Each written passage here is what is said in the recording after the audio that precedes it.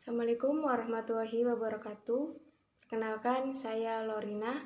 Di materi Ilmu Sosial dan Budaya Dasar ini, saya mengambil cerita peristiwa G30 SPKI, yang dimana cerita ini bersangkutan dengan tema landasan filosofis. Film Gerakan 30 September atau sering disebut G30 SPKI. Film ini disutradarai oleh Arifin Nur yang dirilis pada tahun 1984. Film ini menceritakan masa menjelangnya kudeta di mana 6 jenderal diculik dan dibunuh oleh PKI dan TNI Angkatan Udara. Oke, jika kalian penasaran dengan videonya, sebelum kita ke ceritanya, simak dulu narasi berikut.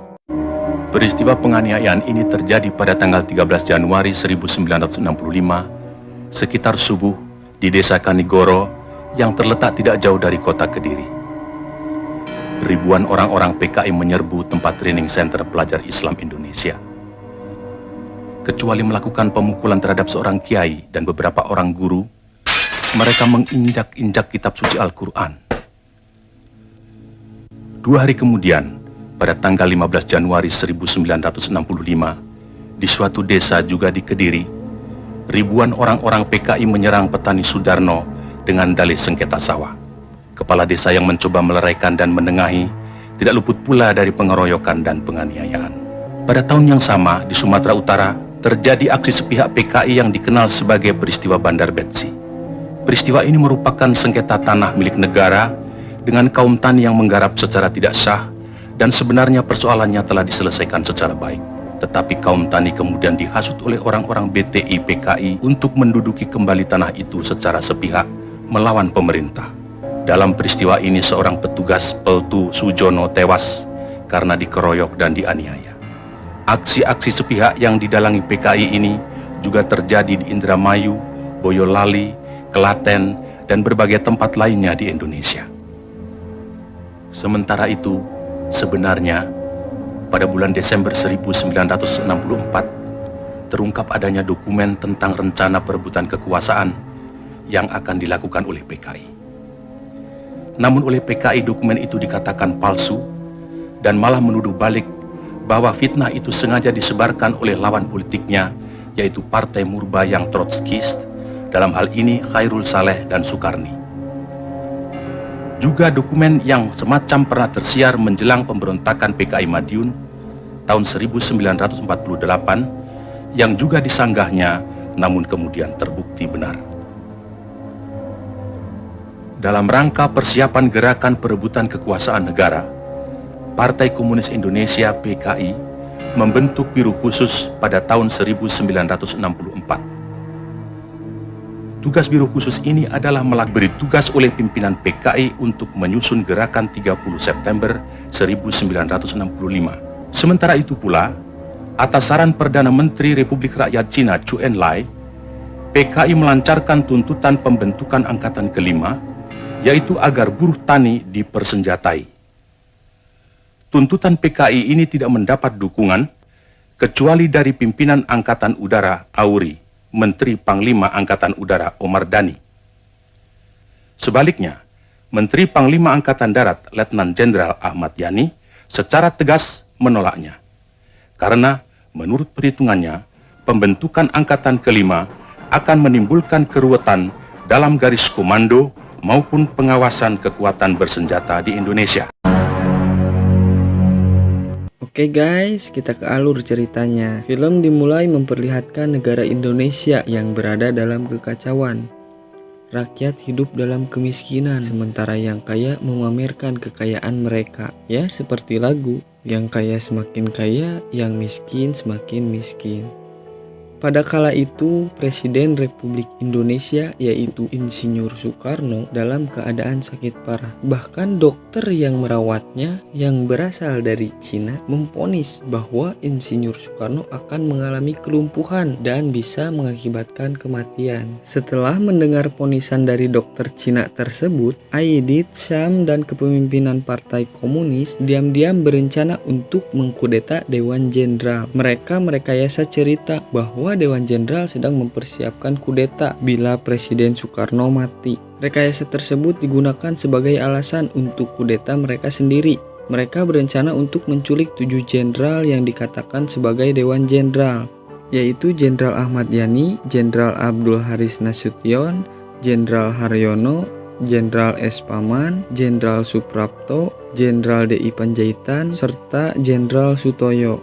Perencanaan operasi ini dibagi menjadi 3 komando, yaitu Komando Penculikan dan Penyergapan. Pasukan ini diberi nama Pasukan Pasopati yang dipimpin Letnan 1 Dularip, dan Komando Penguasaan Kota yang diberi nama Pasukan Bima Sakti yang dipimpin Kapten Suradi, serta Komando Basis.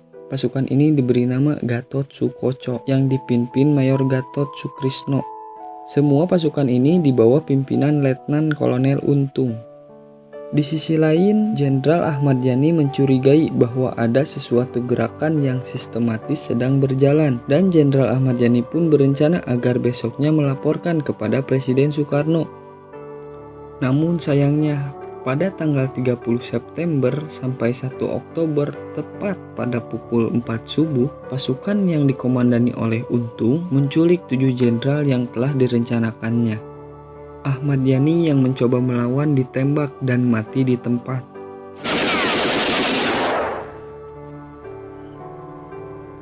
Sedangkan Jenderal Ahana Nasution berhasil melarikan diri dengan melewati tembok. Namun putrinya yaitu Ade Irma justru tertembak oleh pasukan PKI. Sementara asistennya yaitu militer Pierre Tandean, dengan cepat dia ditangkap dan dia mengorbankan dirinya untuk melindungi Nasution dengan mengaku bahwa dirinya lah Jenderal Nasution.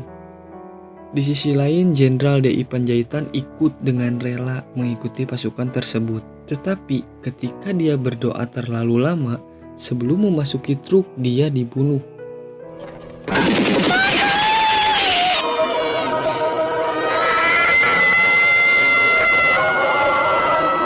Sedangkan 4 jenderal yang tersisa dibawa ke kamp G30 SPKI di Lubang Buaya.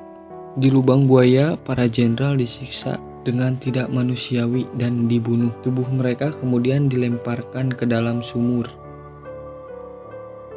Pagi berikutnya, anak buah Kolonel Untung mengambil alih kantor RRI dan memaksa staf di sana untuk membacakan pidato Untung dan mengumumkan pembentukan Dewan Revolusi yang menyatakan bahwa gerakan 30 September bergerak untuk mencegah kudeta oleh Dewan Jenderal. Soeharto yang dibangunkan pagi buta membantah pengumuman Untung. Dia menyatakan dengan tegas bahwa tidak ada Dewan Jenderal dan membuat catatan-catatan tambahan tentang hakikat gerakan 30 September. Karena ada kekosongan kekuasaan, dengan meninggalnya Yani, Soeharto mengambil kendali sementara Angkatan Darat dan mulai merencanakan serangan balik dengan anak buahnya.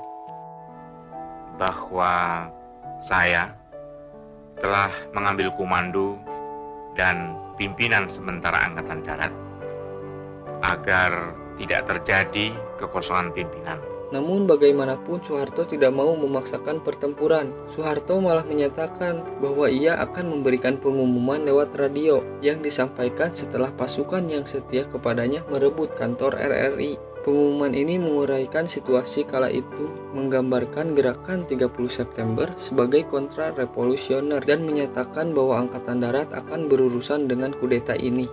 Beberapa waktu kemudian, pasukan di bawah kepemimpinan Soeharto menyerang sebuah markas G30 SPKI, sementara tentara yang berfasilitasi dengan PKI melawan Soeharto.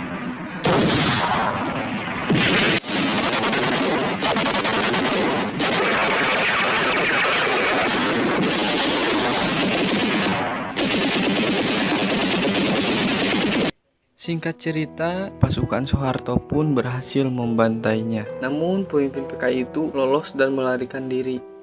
Dan mereka berencana untuk melanjutkan perjuangan mereka di bawah tanah. Singkat cerita, Soeharto kemudian dipanggil ke istana kedua, yaitu di Bogor untuk berbicara dengan Soekarno. Di sana Presiden mengatakan bahwa ia telah menerima jaminan dari Marsekal Udara yaitu Omar Dhani bahwa Angkatan Udara tidak terlibat dalam kudeta ini.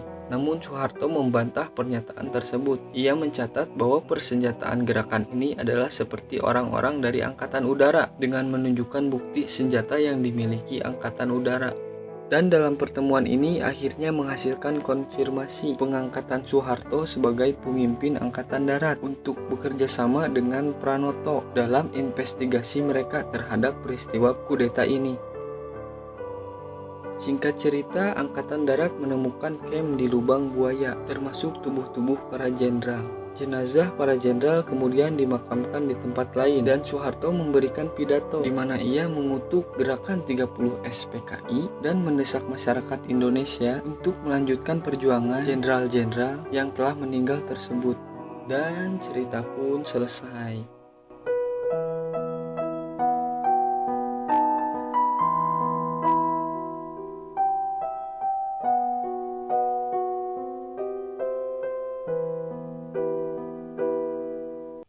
Saran yang dapat saya berikan dari video peristiwa G30 SPKI ini adalah kita harus menghargai perjuangan para terdahulu kita untuk menjaga persatuan dan kesatuan bangsa.